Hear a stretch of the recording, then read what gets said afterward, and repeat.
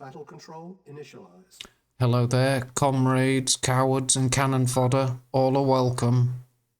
Here's a replay I'm showing for a second early Warfactory build on Timian against a good opponent, but I was looking for a new build order at the time, and I'd settled on this second early Warfactory because I thought I could use the extra tanks, being Russia and producing tanks slower than allied players.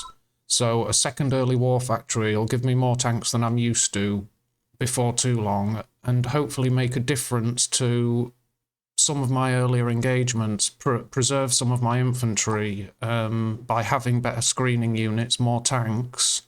I should hopefully be able to provide a better screen and keep more infantry alive, which should lead to more veterans and more effective engagement. So fingers crossed, that was my reasoning. And we'll see. We'll see if it worked out that way. But like I say, that's what my idea was needing a new build order at the time. And I was trying to build a new go-to build order that I could replace my standard build order with, because I wasn't happy. So I came up with this as an attempt. And I decided I'd try and include an extra Warfactory production early as a way of solving my problems with an effective build order.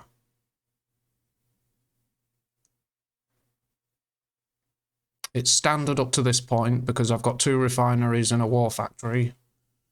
Obviously the power plants and barracks are included as standard. There's my Warfactory. I've got my usual scout vehicle underway, a base defense ready.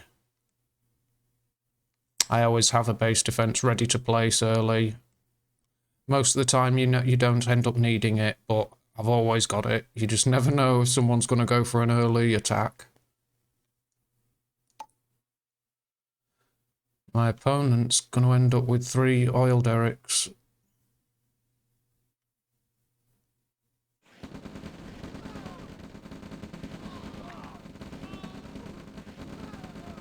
When you run through an enemy formation like that, if there are rockets left alive, don't let your scout vehicle like that stop.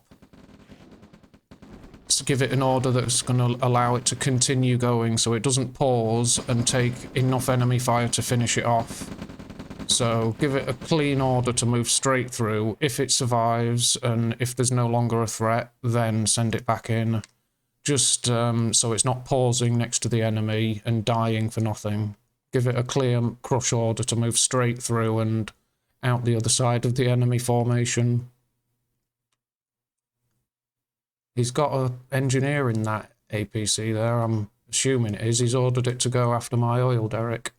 That would give him... He's got 2 to 1 now, because his other oil derrick was destroyed. And I've detected that with my rifle guards detected it. Drawing my attention, look. And I'm building my second Warfactory now.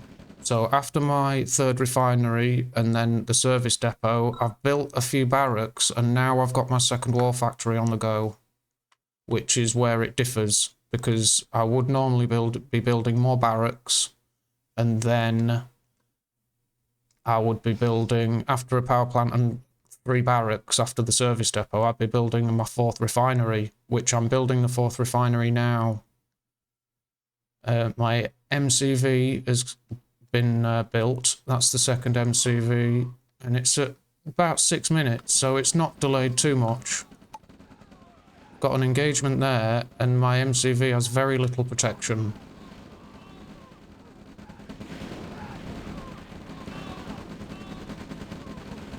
My APC's gonna die. Oh, I've got a tank in place. Need to place a flame tower down near that refinery. Right, I've made his MCV pack up and flee. Now is when I'm aware, because my ore truck ran straight into that. And this army, I'm assuming, is paused while I'm distracted. Yeah, I'm giving orders there. to rally my army, maintain the pressure.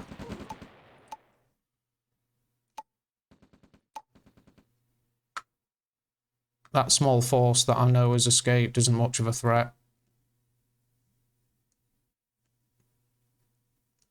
And my second early war factory is building my tanks every 21 seconds. You save about 7 or 8 seconds on each tank's production once you have a second war factory. With the Soviets, they take 28 seconds, I think, to build a heavy tank. That's a long time, so it does give you a lot of benefit, that second war factory.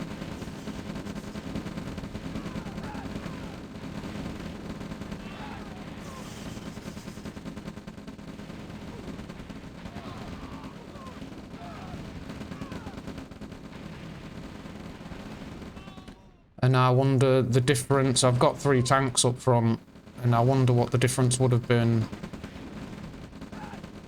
You know, I've got a nice flow of tanks on the way. They're coming more often than they would have done without the second early war factory. And I get that war factory early, so it was a nice build. But it didn't end up becoming my go-to build. It just became an optional build. Still expanding. It's important to keep everything moving, even if you are distracted by heavy combat. Keep everything going. And after you've got that second war factory, it's normal expansion, construction after that.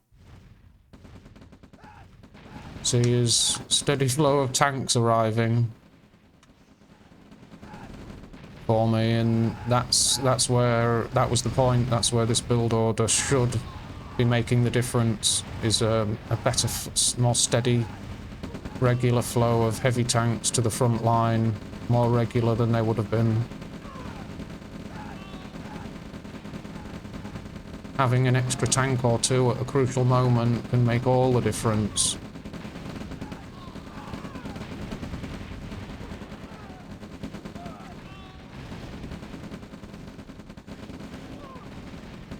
Still expanding, look. Still, look, tanks flowing. If you repair your tanks and do a better job of that than I did, he's a veteran now, he should be sent to repair immediately. Then you would have even more tanks. They would snowball and build up. Your tanks being built faster early on, and any tanks you repair, if you do it effectively, then you end up with a nice amount of tanks. And then at the point you would have built a second war factory, usually build a third, you know, or build your radar dome. And you can build that at roughly the same time you would have done anyway. You know, it's I fit that second war factory in among the normal build and kept the timings of everything as close as I could, like expansion time, production of your second MCV, things like that. I tuned it as best I could, and it worked on this occasion. It did well. It was an effective build order, so there's an example of a different build. Thank you for watching. I hope you enjoyed, and until next time, goodbye all.